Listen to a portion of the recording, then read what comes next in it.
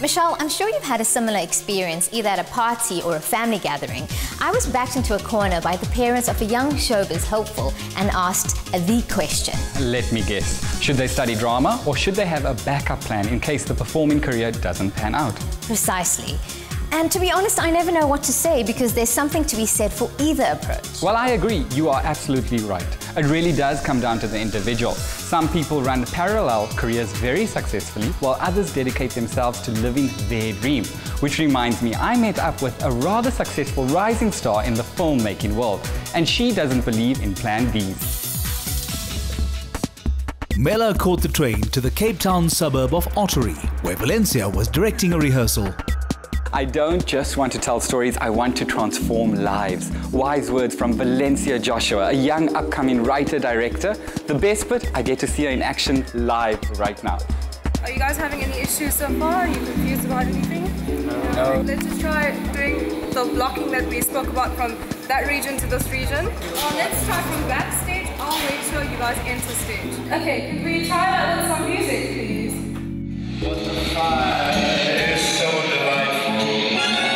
Since we've no place to go, let it snow, let it snow, let it snow. Cool guys, that's it. Valencia, it's such a pleasure to be sitting down with you. You've got such a fascinating story. Please share with us. This all started when I was little. I must have been around 10 years old.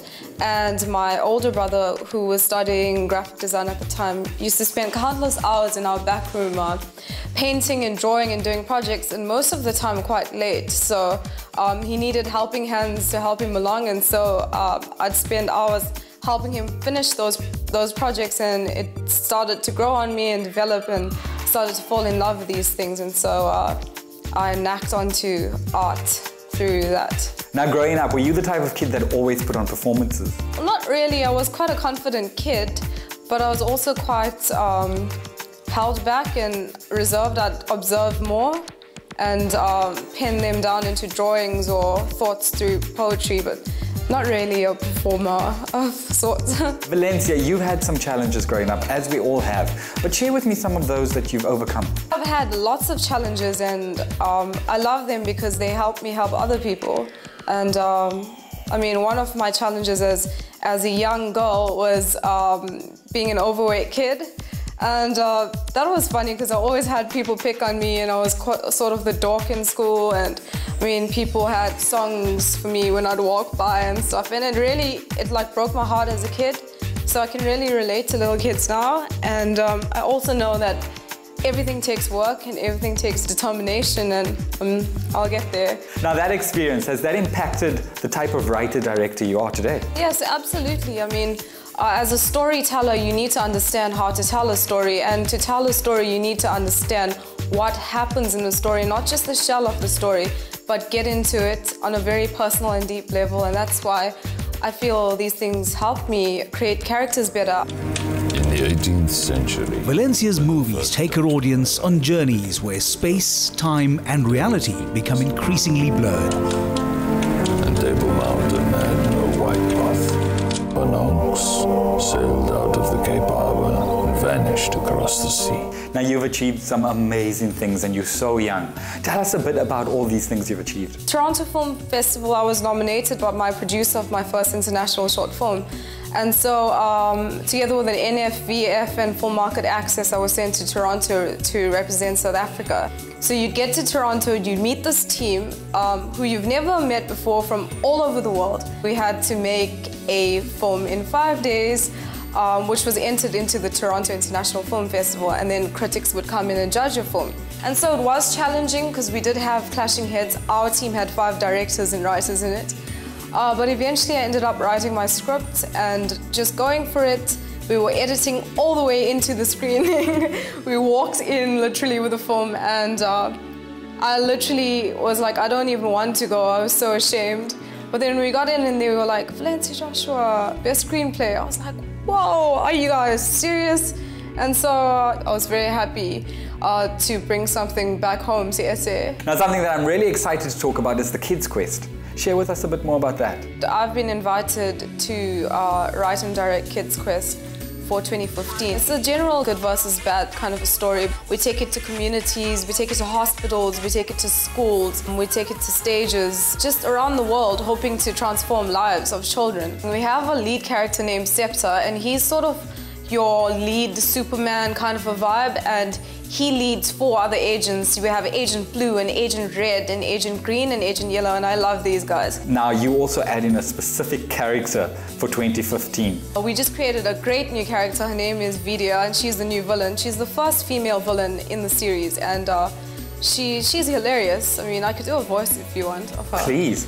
Good day, Milfred. What is that in your hand? Turn around. Is that a scepter squeaky sandal? Off with your head! What is your creative process like? You obviously have to create a concept. You develop your concept based on what your client wants or what you're trying to tell, and you grow your story. You get into the world of your story. You meet people around who build the story together. You start living in that world. You eat the things they eat. You drink the things they drink. You sing the songs they sing, and you jump into the oceans that they jump into, and you basically engulf yourself in the world. And once it's as real to you as it would be to your characters, you start writing. I remember us having a safe place, but I lost my way, so I kept searching. When what I was searching for was there all along. Valencia, what inspires you? I just latch onto anything very quickly. It could be art, it could be poetry, it could be music, it could be people, it could be atmospheric, weather changes, practically anything. You've achieved so much at such a young age. What more do you have on your bucket list? Well, I obviously want to travel more. I love traveling. It's a great way to expand your mind. I obviously want to do more reaching out projects. I want to touch more lives. I want to write more, obviously, direct more, create more stories. And one of my biggest goals is to write kids' storybooks. Have some incredible tales that I want to share. And finally, for all the future Valencias out there, what words of advice do you have? For me, it started out as a dream that's starting to come to life, and I do just want to say that kids should not stop believing in their dreams. Never give up on what you have your heart set on, and keep pursuing and keep chasing. Thank you so much. It's been such a pleasure getting to know you. Thank you, Mishal. It's been a pleasure.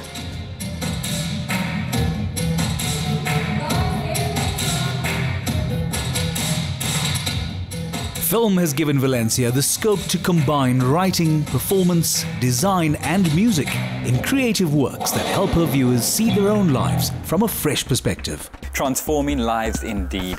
Observing Valencia today has made me think of the saying, if you love what you do, you'll never work a day in your life.